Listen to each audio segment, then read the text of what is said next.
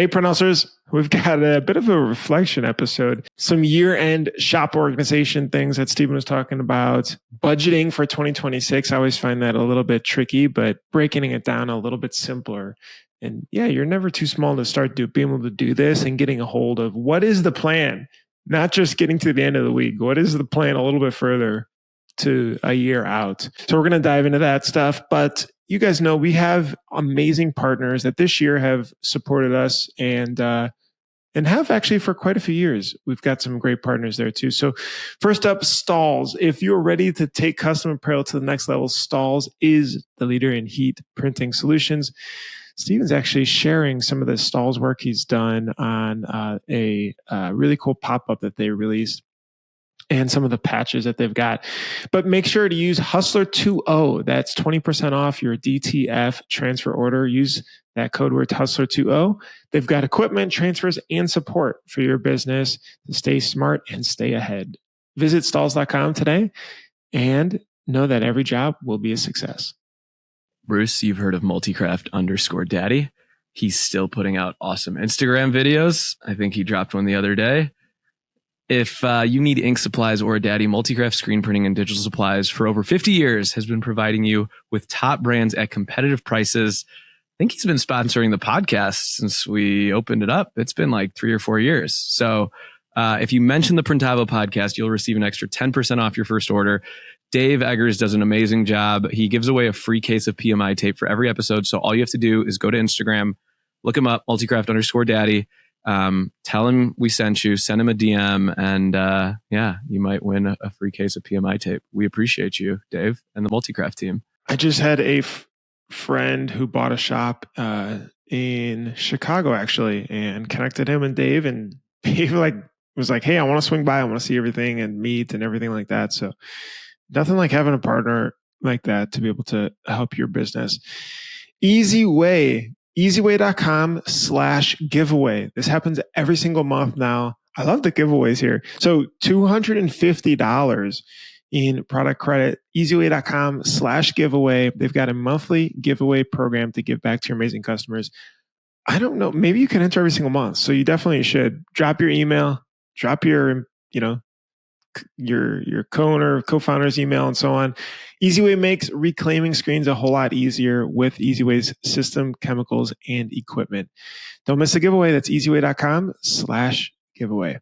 All right. Graphic Source. If you need a solution to improve efficiency and reduce costs in your art department, you can hit up Graphic Source. They offer industry-leading outsource options for your shop by truly becoming a part of your team.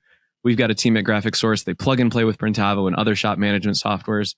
And when it comes to SEPs, mockups, creative art, order management, embroidery, digitize, back office admin, and customer service, there's no better company in our industry to work with. They have over 40 years in the game. They really know and understand shop needs and have a proven track record of success. You can hit them up. You'll get 50% off your first vector, SEP, or embroidery order using code PrintavoPod24. It's that time of the year where you're thinking about your art department. I get a lot of asks of, hey, how are you running your art department? And Graphic Source is the engine that does that for us. So hit them up, and we appreciate you, Graphic Source. All right, let's jump on in. Show me the hat. This is an AS color. Check out these patches. Are those Stalls patches? We got a little hybrid. We got some Deco Press over here, which is like sublimated twill, and then Soft Flock from Stalls, and then an AS color hat. I ran like a patch bar last week, and it was a hit. And what's a patch bar? So basically what we did was right on our college campus, we pre-decorated all the fronts of the hats, and basically people could come in and make holiday gifts, and then they could, for $35, they could put 3 patches on, and then $5 per every additional patch. And yeah, it was just like a one-day pop-up to see how it would do. And I don't know, did a couple $1,000s of sales. It was pretty cool. So this was at the Champaign retail store? Yeah, this is what we call it the Campus Ink Lab right on the University of Illinois college campus. So it's just like a fun little thing. I've been really into like patches and just like different application styles lately. And they have this really cool one. Bruce, have you ever heard of Alice in Wonder in Chicago? No, I need to Google Really? It's like this little boutique. And what's awesome about it is they've built it like you can go, everything's like a hot dog stand, but it's like a hat bar. And so they give you your little tray, you go get your patches, like they gift it for you, whatever. And so I was inspired by that. And so Whoa, this is a really cool store. it's And you're doing the super cool. customization in the store too? We're doing all the front first, and then the side hits they can just like pick them up. Wow. Yeah.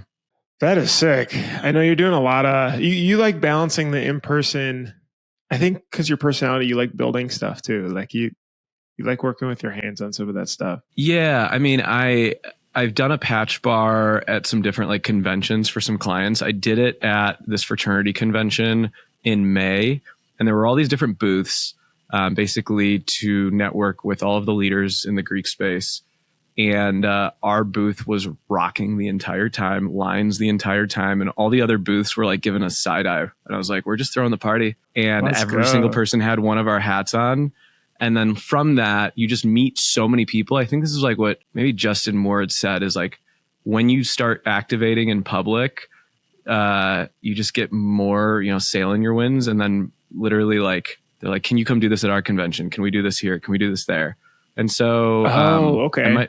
I might be doing a little roadshow this spring, and so I'm debating if I want to take a patch bar to different college campuses right now. So when you think about those real world things, because I see when you pull them off, some of them can take a fair amount of time. Like, is it a sales thing? Is it a lead magnet thing for sort of those B2B opportunities? Is it just a fun, like I like, this is fun for us to be able to do? Yeah. So I think the first part is it's fun for me. I call this like me, I'm playing when I get to do these things, where like I just get to like curate the experience, work on the artwork, get my hands dirty. Like it's fun. It's play. So I think there is a little bit of joy there.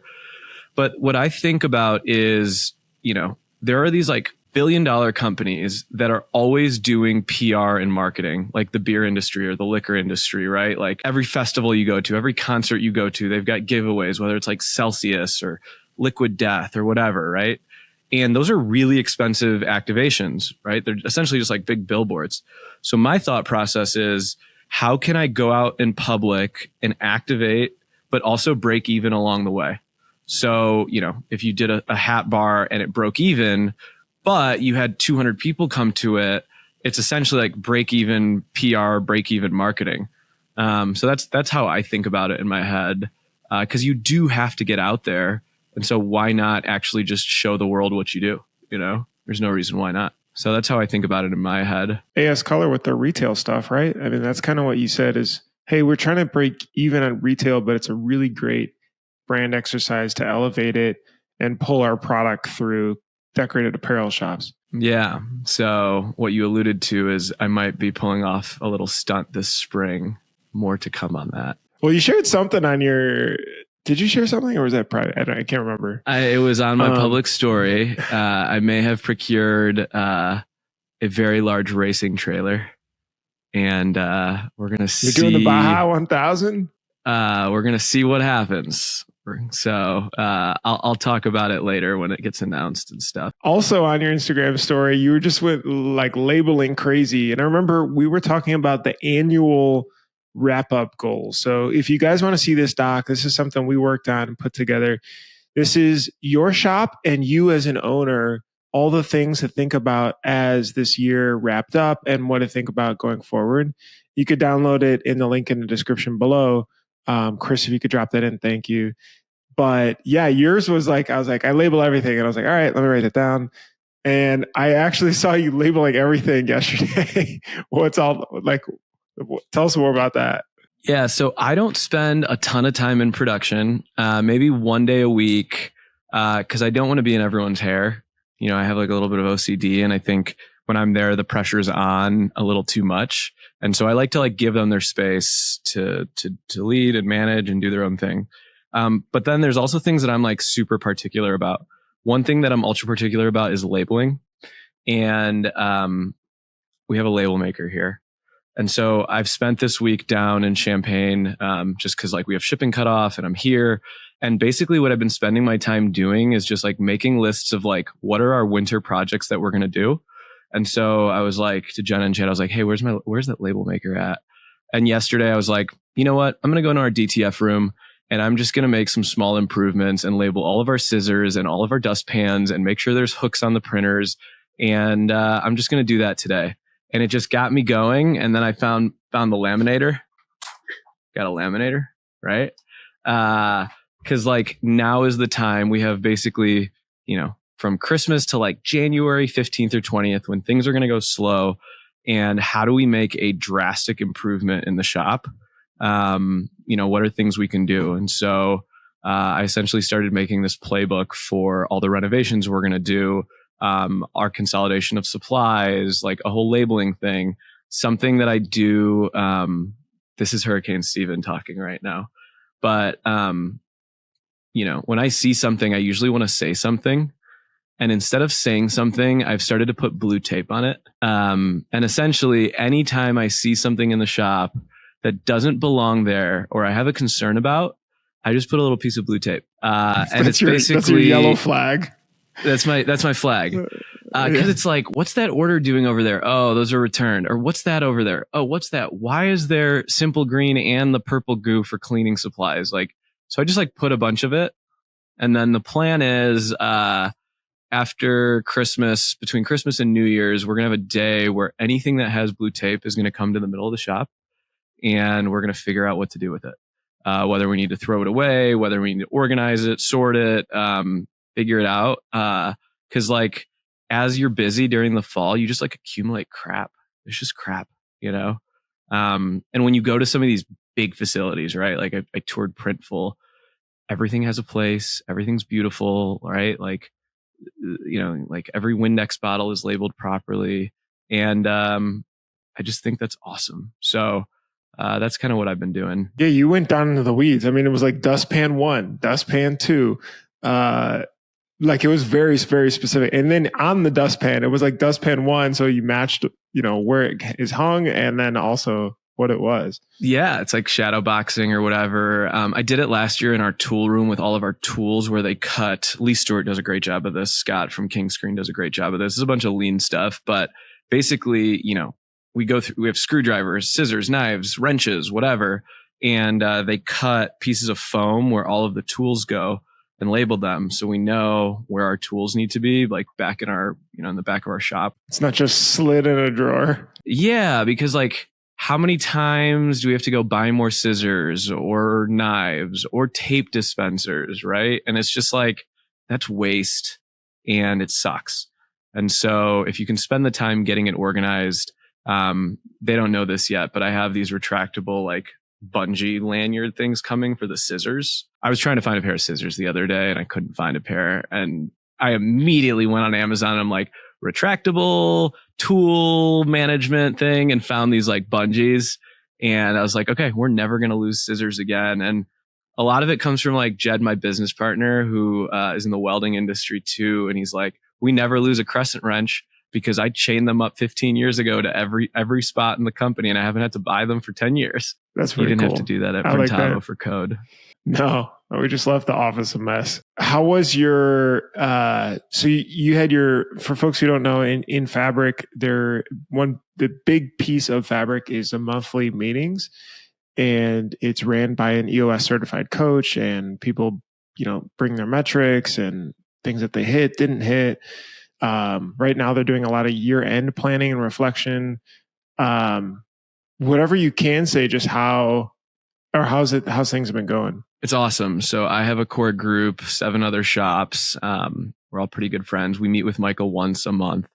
And what we're working on right now, we'll have our meeting right at the turn of the year, is essentially setting our goals, where we're going to set 1 personal goal, 2 professional goals. And what we're basically going to do is just track it every month, on track, behind, in progress. And essentially just, vocalize it to the group.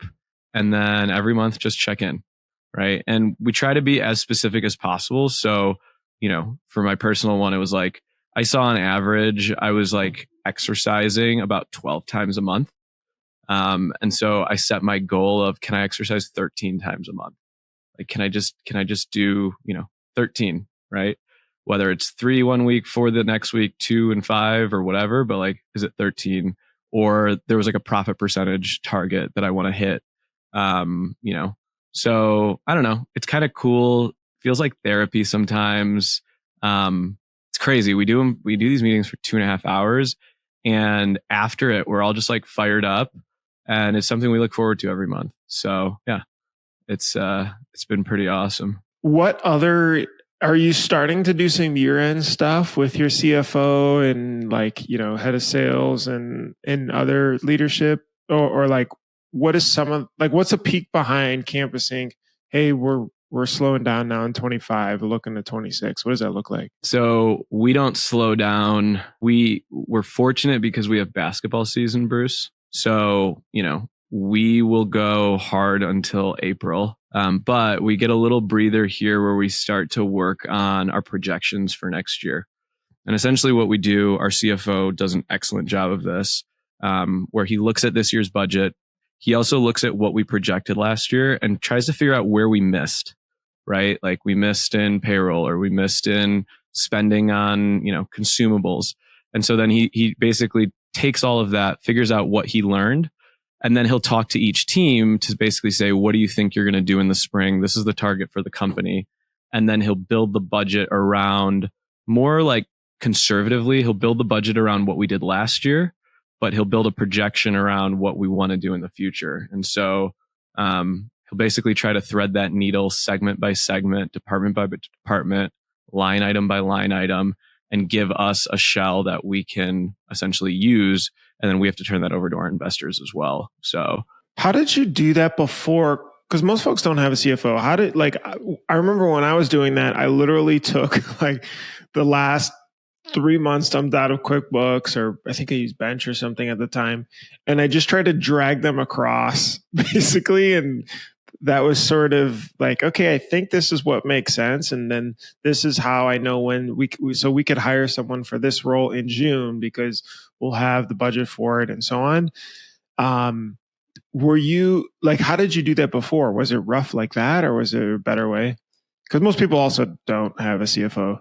So it definitely wasn't as hyper specific, but I think what I started to do was like clump things together, right? So it's really important. It's really important to pay and have clean financials so you can really see what your cost segments are. And so you want to like look at these buckets. How much did I spend on payroll as a percentage of sales, right? And you want to look at and see what that average is every month, right? If that number is climbing above like 30%, you don't have like a great labor ratio, right? You want to keep that number around 25%. So what I would start to do is I'd say, okay, maybe at the time 4 or 5 years ago, it was like, okay, we're doing 400 grand a month. We can't spend more than $100,000 a month on payroll. And so then I would look at it and say, where did that labor come out? If we got busy, were we overhiring? Were our leaders overpaid, or were different departments like underpaid? And so you try to like model this clump. And then maybe the next clump you look at is like your cost of goods sold, meaning how much you spent on blank materials, right? And if you see that and it's like, a percentage of your business and it's like, okay, at S&S Sanmar and Alpha Broder, I was spending roughly 20%, right?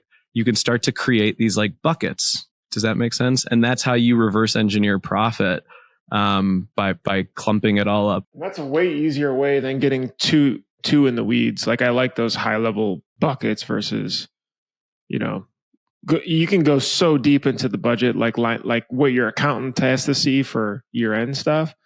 But that gets, at least in my eyes, that gets way too confusing. And you just want to know, like you want to be able to consciously know how much do I need to sell, right? If your cost of goods ratio percentage is like too low, you're not pricing right.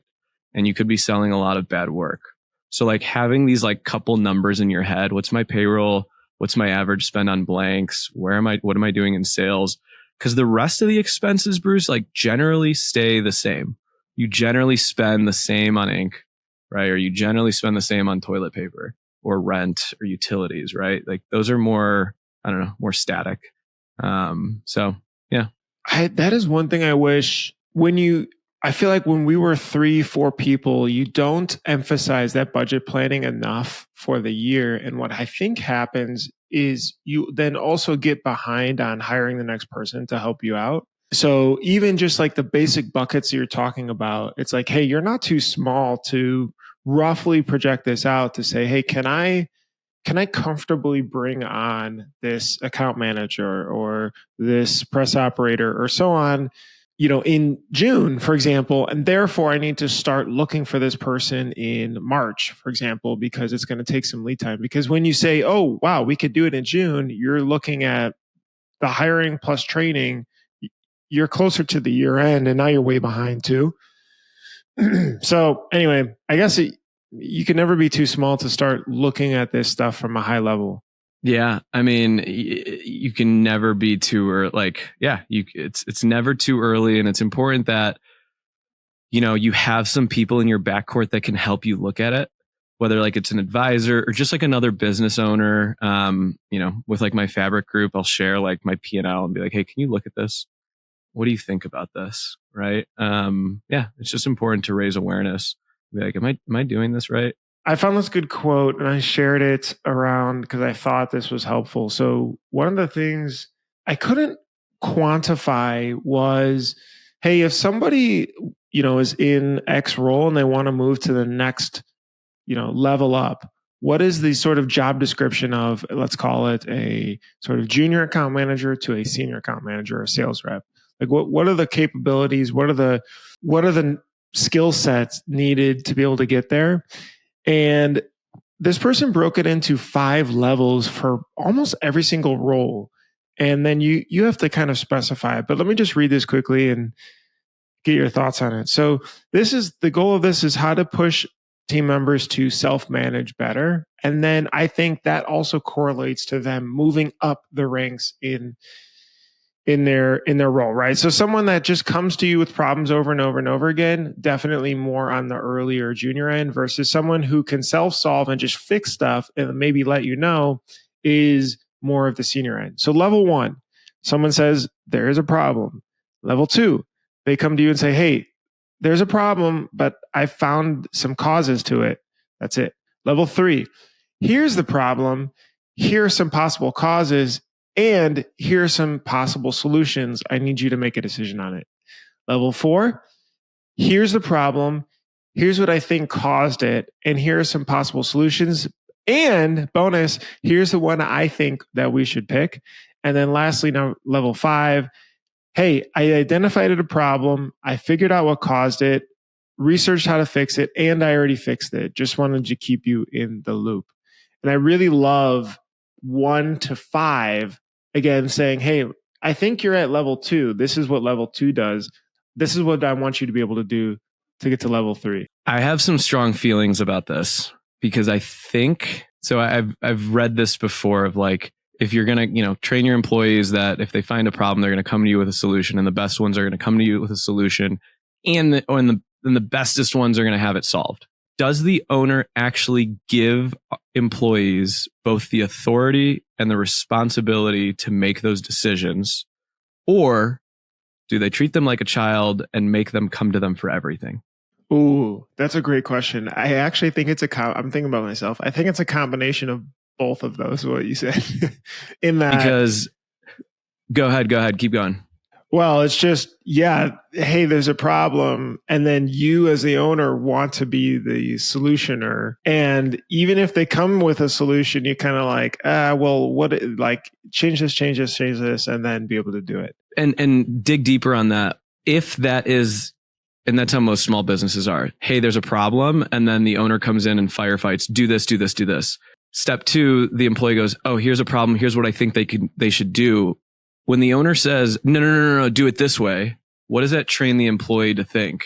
I'm not good enough. I don't know how to do this. I'm scared. So I'm just going to tell you. Right. And so if you're going to give an employee both authority and responsibility, you also have to give them trust and know that they might not make the right decision. And that's okay, because they'll never learn unless they can do it. And if they're scared, right, I'll have shop owners complain to me and be like, I just wish this employee would, do this, or this. And I'm like, well, they're just scared of you. So they're afraid, right? They're afraid to mess up. And so they know that you're so particular. They're just not going to, why should I even try? Nothing I do is going to make them happy, or they're going to nitpick it. Right. And so, you have to be able to like let your guard down and trust that it will get done, but it might not get done your way because there's so many different ways to actually, do something, right? So I think in a small business, more oftentimes when shop owners and small business owners are complaining that their employees aren't solving their own problems, it's because they're afraid to make a mistake because you haven't given them the chance to actually do that in a safer place. I believe that. That makes sense to me. I think the tough part is if this is customer facing, is there a potential loss in the sale? If this is production facing, is this going to cost me money? And between those two, that's why you try to really bumper guard it as closely as possible. But I guess you're right. I mean, the best leaders definitely are not. They're okay letting that cost be the lesson and then coming back next week and then allowing them to self-solve that problem. I mean, if you put bumpers on the bowling alley, you'll always hit a pin. You got to let them throw some gutters. It's okay. Right? Maybe it would be a better mindset shift to say something will always go wrong, right? No matter how hard you try, something will always get wrong. So you can have so much control, but you could also be in the way that if you don't let things go wrong and let them learn, they're never going to learn. And how do you correct them, and how do you train them, and how do you discipline them, right? Because I've made a world of mistakes. One thing that I wanted to share with everyone, because I think this could be helpful just beyond this, is at Fabric, so shop owners will apply, right, to want to join the group, and then they get super busy just back in their business. And so we're like, hey, you ready? Because we got a group ready with some others. We're ready to jump in and be able to have you get moving. We'll do a lot of email follow-up, right? So we'll have our team member, she'll reach out, do email follow-up. And one thing that came up was, okay, for every email, there should also be every channel of communication touch point. So if there's an email follow-up, there should also be a call follow-up. And I think the bonus is a text follow-up, because I think about now e-commerce, right? Like e-commerce, it's like you go to any website trying to sell stuff and it's like 20% off. Give me your email, give me your text message or your text phone number, and then we'll send you the 20%, because they know. And some of them do call if it's like a higher value item right away. Like a Zillow, for example, like if you inquire about a home or a rental or something, they will call, email, and text right away. And that's exactly every single time how they're following up. And so it made me think, well, if a job, an estimated order value is over X dollars, I don't know, $500, $1,000, like that is interesting with their team as creating a structure of, hey, every single follow-up includes every form of communication, email, call, text. I mean, you almost have to set the standard. Yeah. Because I didn't appreciate before how much for example, for me, prefer text. I don't know, like for you, talking to a sales rep, probably text. Like you could do it while you're driving or something. You don't need to, the phone call could be 15 minutes because someone's going to talk about the weather or da-da-da-da-da. Like, boom, done. Yeah, I mean, I'm text. Quickest way to reach me is text. If you want to hop on a call, get in line, and I don't know. But understanding that preference is super important, I think. Okay. Last topic that I have for today is I wanted to ask you, what do you feel like you enjoyed most spending time on this past year? And is this a personal, professional?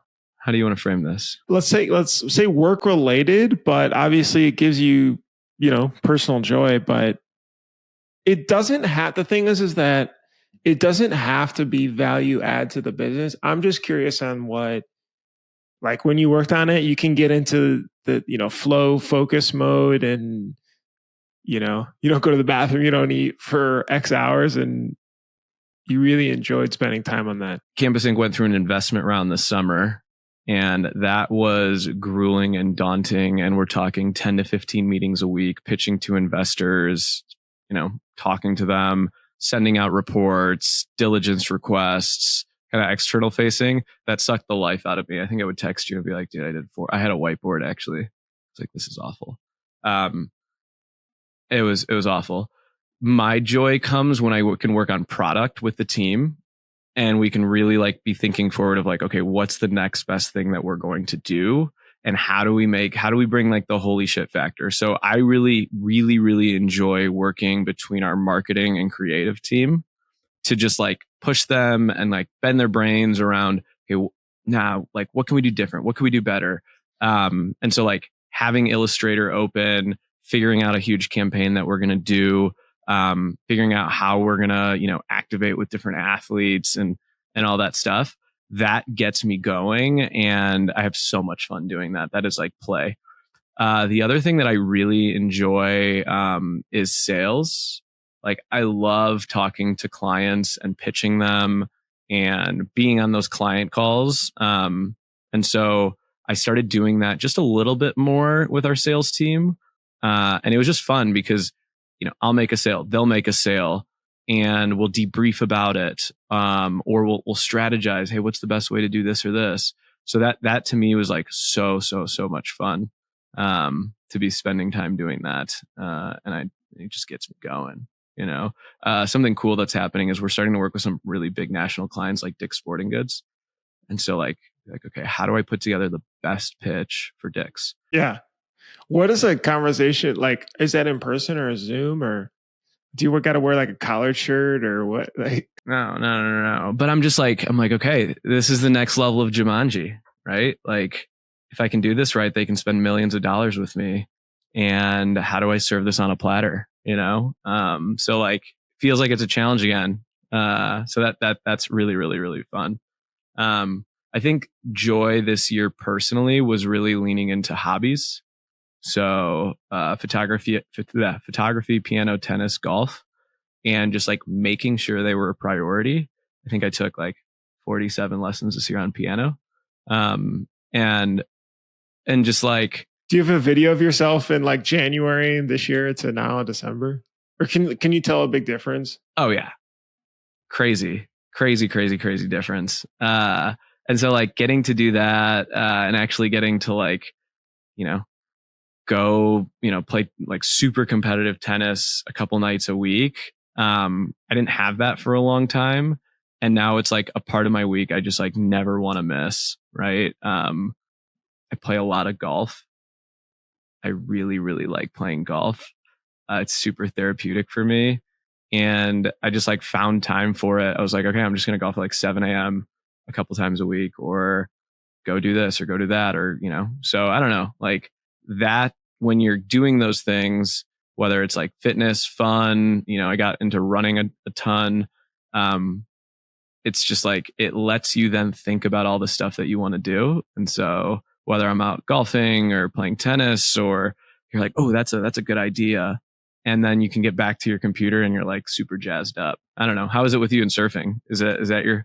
You say that it doesn't, affect business wise, but I think there is a strong business correlation just because you have to leave at a certain time work wise. And like, I was totally the person of, I want to like the additional hour I spent on Printavo is the most valuable next hour. So that could be the 10th hour, that could be the 12th hour, whatever it was, whatever it took. But at the same time, I'm looking back, and if I were to look at a day, the 10 hours spent, there's no way I could say that all 10 hours were spent on the most value add things. And so uh, it's just not the case. It was just like adding tasks to check off tasks to get things done, that not all of them actually made sense. But yeah, I mean, no, I love the training thing. This is sort of separate than work related, but like hiring a coach for anything, I really, really undervalued and thought was kind of silly early on. And I have done that with a surfing coach for a year or two now. And it is the reason why I ask you about a year piano difference, because I looked at some of my old videos from, I think it was like 2 years ago to now, and it is crazy night and day. You don't notice the difference between this week and next week, and there could be highs and lows and whatever. But that bigger zooming out, I was shocked how big of a difference it was. I think this past year I've really liked. So Inktobo, they just recently merged with Order My Gear. Inktobo's, acquired Printavo and Inksoft and some signage companies in the UK and in the US. And like, one of the things they get me involved in is, hey, can you talk to this founder, as we start to get this ramped up? And so you can, learn a little bit more about the business, but also about them as a person, and get them familiar and answer questions. Because, if you're going to merge with a company or want to talk with a company, you want to be able to kind of interview the different folks involved and what's it like before and after. And we've had people on this show who are like shocked as to what happened after, and it went well, it didn't go well, whatever. And that has been really fun to just share some knowledge, just some very transparent knowledge about that. Also, new hires, so many new hires, but just sharing the passion for this space has been really cool. You got people coming from all kinds of different industries outside of it. And it's like, hey, this space touches so many different areas. Look, like it's this that you're wearing, it's that, it's your kids' stuff, and it's their sports, this or that. And so that's been neat. And then I think on the fabric side is the when we get feedback of people really interacting and being held accountable to the stuff they've always wanted to do. Hey, I want to be able to knock on X doors or hit these sales numbers. And to do that, I need to make Y cold emails, and wanting to show up to their group and doing that to not let their fellow members down. That is so cool. That is so powerful. Like the group thing, the group competitive nature. So that's been just exciting to be a part of too. So I think those are mine. Yeah, I think that just like habit tracking, consistency, having a support group, having coaches, like I have several different advisors, and I like to say like entrepreneurship is as lonely as you'll make it, but it can also be as an inviting and comforting and supporting as you also make it. And so I think, my coworkers are people like you and Justin Lawrence and, Andy and all those guys, because I can actually like talk to them as equals of, we can complain to each other, but then I can also go to them and ask for support or advice or wisdom or bounce stuff. And so I think, this year it's really been about like your support system and your network and having others hold you accountable stuff. And I don't know, it makes a huge, huge, huge difference, I think. Yeah. I mean, even Bruce, I'll reflect for a second. I think 2 years ago, you said like, I want to do my first surf competition. Do you remember this? And we had it on your goal thing and you're like, by October, I'm going to do it. And then when you did it, like Chrisette was sending us updates. Bruce had his first heat, this and this and this. And now it's like, you did that, but you set that goal out like almost like 2 years before. So I don't know. It's little things like that you can take to fruition. It could be anywhere in your business or life or whatever. So yeah. When's your next competition? I think January or February. I'm going to do like 2 a year. So it's fun. I mean, when you're in competition mindset, it's very different than, I'm sure it's like tennis, right? Like when you're in competition mindset, things are different. Your strategy is different. The nerves are higher. Everything matters a lot more. But I like that. I really like that. It's like we talk about, if you have to leave to a flight at 2:00, you somehow get all the things done that you need to get done before you go to the airport. And so that time crunch and emphasis on intensity, I'm a big fan of. So I'll be doing it. I'll share the results on here when that happens too. But hey, Print Hustlers, thanks for joining us on this week's episode. I know we were kind of chatting and just catching up too. Excited to have you guys here. We've got a couple new guests. We got a lot of guests actually queued up for the end of this year and next year. So very excited to be able to share that with you guys. All right. We'll see you in Long Beach. Yep. Thanks so much for listening. Hopefully that was informative. Don't forget to subscribe. Don't forget to like. Don't forget to hit the bell for notifications if you enjoyed this video. If you enjoy all the stuff we're putting out, it's really helpful. We love to just be able to see it. That means that we're doing a good job. To subscribe, hit the bell for notifications, and hit the like button. And I'll see you in the next episode. Bye.